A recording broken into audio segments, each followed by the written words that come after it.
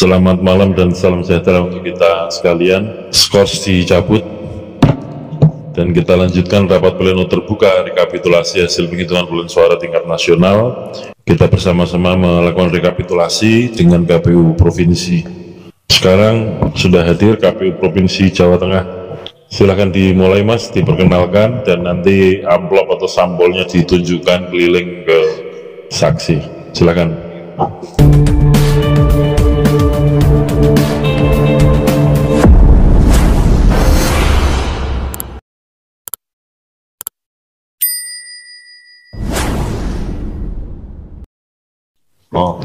Assalamualaikum warahmatullahi wabarakatuh. Yang terhormat pimpinan KPU RI, yang kami hormati pimpinan Bawaslu RI, dan yang kami hormati saksi pasangan calon presiden, partai politik, dan juga perseorangan DPD. Kami hadir lengkap bertujuh bersama sekretariat dan juga disupport oleh tim. Mudah-mudahan diberikan kelancaran. Ini di samping saya Pak Makhluk divisi teknis nanti akan menunjukkan surat sampul yang memuat model D hasil provinsi untuk BPWP, DPR RI, dan DPD. Untuk itu kami persilahkan Pak Makhluk untuk menunjukkan ke para saksi dan Bawaslu.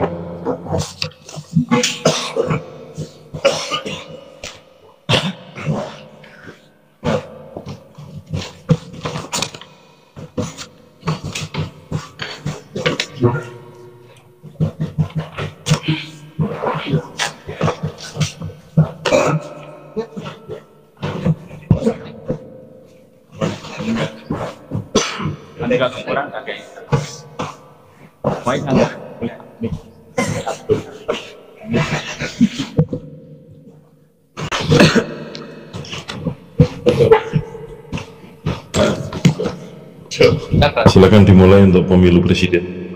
Baik, akan kami bacakan model D hasil provinsi BPWP Provinsi Jawa Tengah. Sebelum ini, di rekapitulasi tingkat provinsi, apakah ada catatan kejadian khusus, ada catatan keberatan saksi? Ada pimpinan. Ada ya. Terus itu sudah diselesaikan di tingkat provinsi atau ada yang belum dan harus diselesaikan di sini?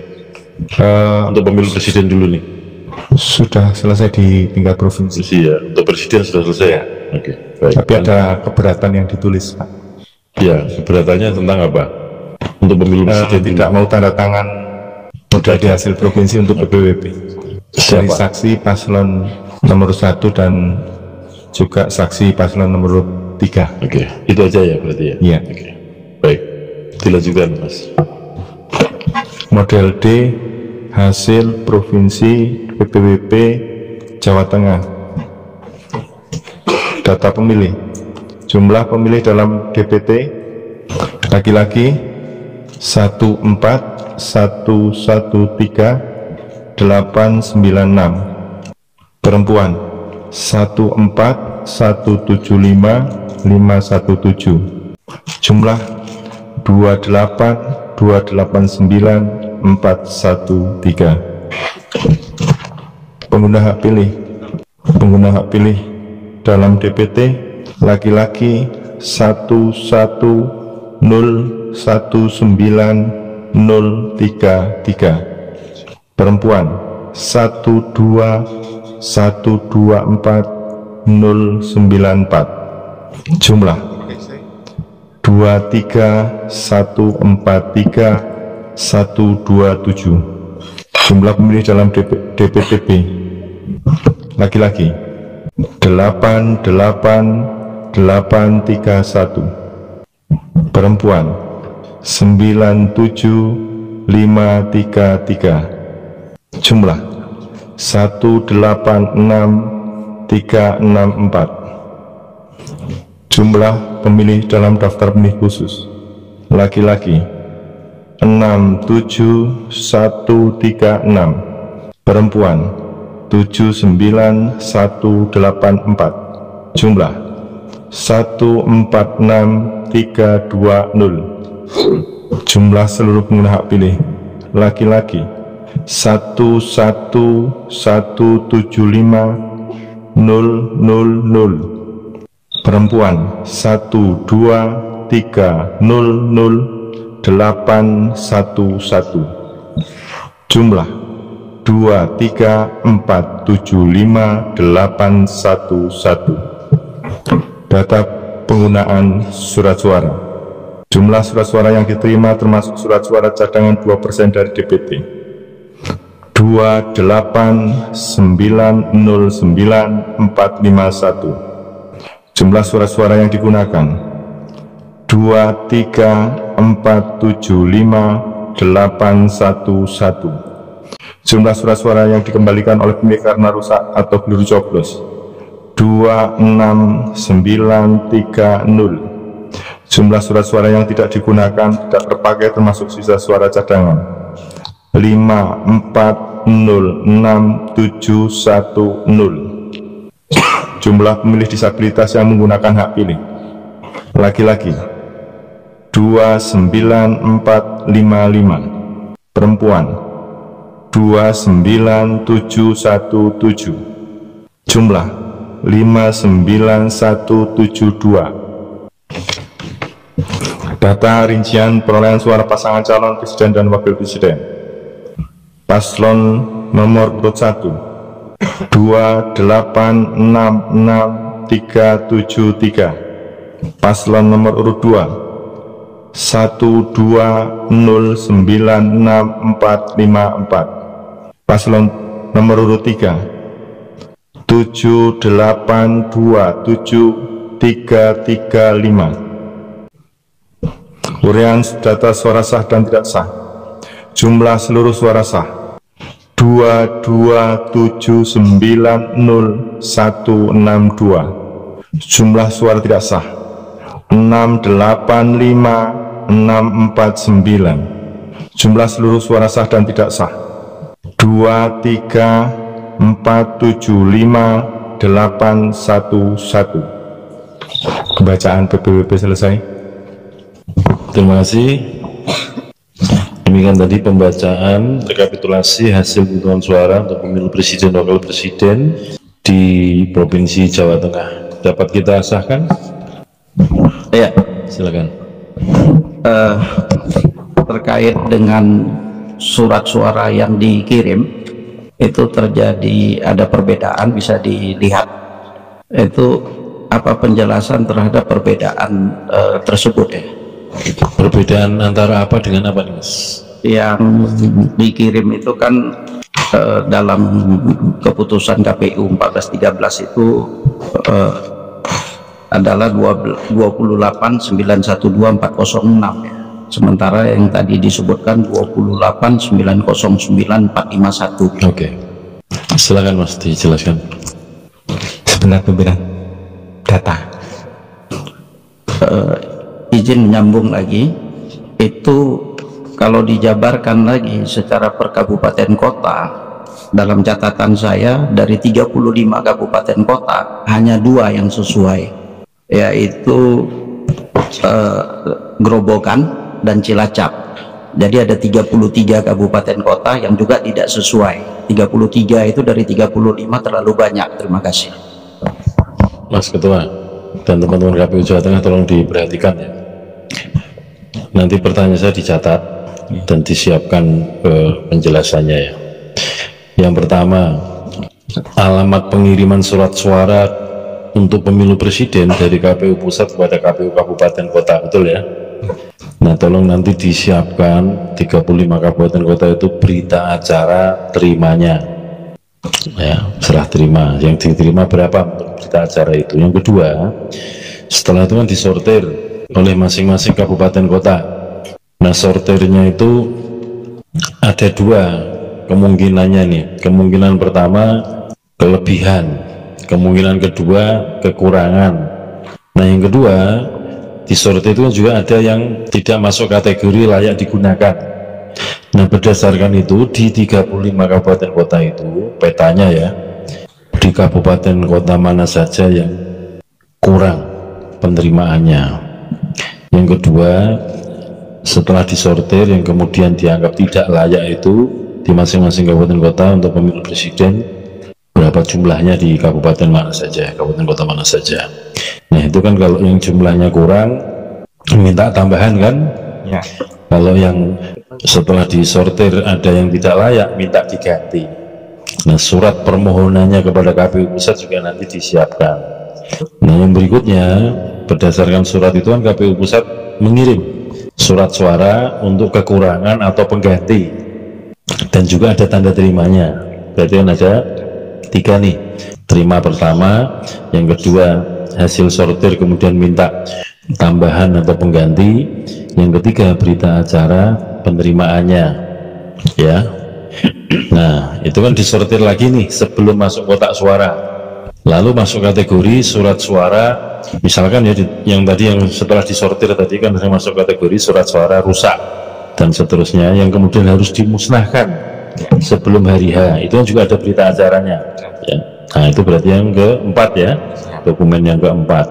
Kemudian dokumen yang kelima itu sebetulnya di sini sudah ada yang kelima ini. Ketika setelah pemungutan suara, sebelum penghitungan suara, itu kan ada kategori surat suara yang digunakan dan tidak digunakan.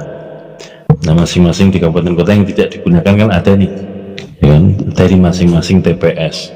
Intinya begini, bahwa satu, tidak ada surat suara yang lebih atau yang kemudian potensial digunakan oleh orang yang tidak berhak, ya, sehingga kemudian ada mekanisme dimusnahkan, dibakar.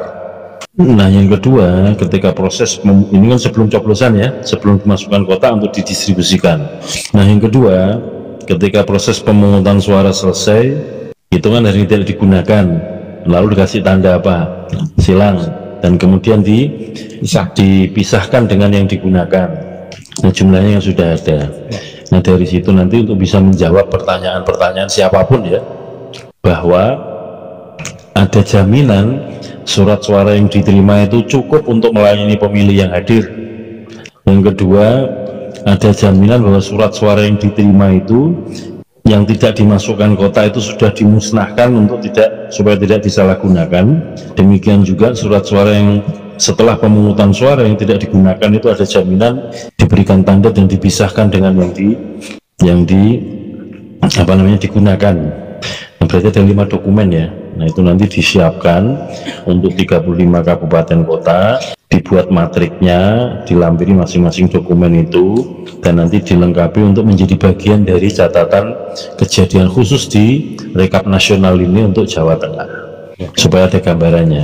Ini cara untuk melacak tadi itu. Nah, nanti untuk lebih detailnya disiapkan, tapi untuk sementara sebelum ada penjelasan detail dengan dilampiri dokumen-dokumen tadi, silahkan dijawab atau direspon pertanyaan yang ini. Karena setiap kali mau memulai pemilu presiden, pemilu DPR selalu ada pertanyaan ini.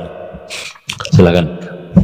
Baik, seperti tadi yang disampaikan pimpinan, jadi kami menempuh tata cara prosedur dalam rangka pengelolaan logistik untuk pemenuhan setiap TPS di Jawa Tengah. Yang kami juga dokumentasikan itu terkait dengan data-data dukung yang dimaksud, tinggal penjelasannya nanti terkait itu akan kami kompilasi untuk 35 kabupaten kota.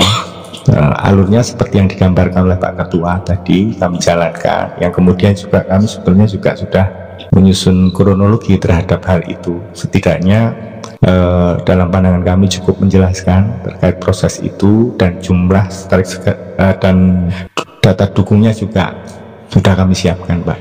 Gitu. Terima kasih. Gitu ya, Mas. Nanti supaya ada penjelasannya detail, disiapkan keterangan tertulis tentang itu dan akan disampaikan ke semua saksi, dan nanti juga akan masuk dalam kejadian khusus ini untuk merespon pertanyaan tadi. Iya, cuma kan ini karena banyak ya, 33 loh. 35, Pak. Oh, iya, 33 yang berbeda ya dari 35. Kalau satu iyalah ini 33 kabupaten kota gitu. Jadi kalau ini kita nggak mendapatkan penjelasan ya, itu yang kita bahas berarti kan ya perbedaan itu sangat signifikan gitu, Pak. Gitu. Kemudian saya kira kok tidak begitu ya. Yang akan kita hitung di sini yang perolehan suara kan basisnya surat suara yang digunakan. Nah, itu. Iya, artinya kita ini kan meminta penjelasan ya terhadap perbedaan itu. Itu satu. Yang kedua, Pak, ada surat yang tim kami ajukan kepada KPU termasuk pada Bawaslu ya, terkait dengan dugaan terkait dengan data pemilih. Di situ KPU menyebutkan ya, mengakui KPU Jawa Tengah bahwasanya ada sekitar 1.700-an ya data yang memang bermasalah itu. Nah, kemudian akan dilakukan perbaikan itu dalam surat jawaban KPU. Pertanyaan kami, karena di situ disebutkan adalah mengakui adanya 1.780 data yang bermasalah dan ada perbaikan yang dilakukan. Pertanyaannya adalah apakah perbaikan itu sudah dilakukan ya, dan data yang mana yang sudah diperbaikin itu. Terima kasih. Mohon izin, itu surat ditujukan pada KPU pusat atau KPU di Jawa Tengah? Jawa Tengah ya? Ya, KPU di Jawa Tengah. Angkanya berapa tadi Mas? Sorry. Angka yang disebut bermasalah. Angka yang diakui oleh KPUD Jawa Tengah dalam jawabannya itu adalah sekitar 1.780 data yang memang itu adalah bermasalah. Okay. Dan kemudian akan memperbaiki data tersebut. Okay. Nah, yang saya peristiwanya kapan kira-kira Mas? Penjelasan surat itu dikirim 13 hari bulan ya, 13 Februari itu ya. Sehari sebelum coblosan. Iya. Silakan KPU Jawa Tengah menjelaskan itu. Baik, terima kasih. Jadi yang disebutkan tadi angka sebetulnya kan laporan ke Bawaslu terkait dengan 503.000 sekian pemilih di Jawa Tengah yang bahasanya invalid begitu Pak. Dan kemudian pada saat kami pleno hari kedua pun sudah ada putusan Bawaslu terhadap aduan itu. Nah, putusan Bawaslu itu karena kebetulan pas pleno hari kedua Pak, jadi ada Pak Muslim mungkin nanti akan menyampaikan terhadap putusan itu. Saya juga belum baca Pak Ketua. Ya, silakan dijelaskan. Oh. Ya. Tutup poin aja ya, yang dilaporkan apa, kemudian ada putusannya apa, kemudian apa yang dikerjakan KPU Provinsi Jawa Tengah terhadap putusan tersebut. Silakan. Ya. Terima kasih pimpinan. Menjawab langsung aja bahwa apa yang disampaikan oleh saksi benar. Ada tim dari paslon 1 ya, kemudian menyampaikan surat kepada KPU berisi dugaan data pemilih yang bermasalah. Di sana sesungguhnya kita sudah jawab secara menyeluruh, tetapi bahkan jawaban itu digelar dalam satu forum klarifikasi. Dari jawaban itu dari tim itu menganggap belum selesai sampai akhirnya menyampaikan ke Bawaslu sebagai bagian dari laporan pelanggaran administrasi. Kita ikuti berproses di Bawaslu. Terakhir putusan Bawaslu memutuskan bahwa tidak terjadi. Tanggal 6 Maret 2024 persis pertama kita melaksanakan rekap di provinsi. Jadi peristiwanya putusan itu setelah coblosan ya berarti ya? Setelah coblosan. Oke. Terus putusannya tadi apa isinya? Putusannya Bawaslu adalah bahwa KPU terbukti tidak melanggar perbuatan pelanggaran administrasi yang disebutkan dalam hal ini adalah data pemilih yang bermasalah itu. Ini clear dan kemudian sudah ada putusan oleh Bawaslu berkaitan dengan soal ini. Demikian.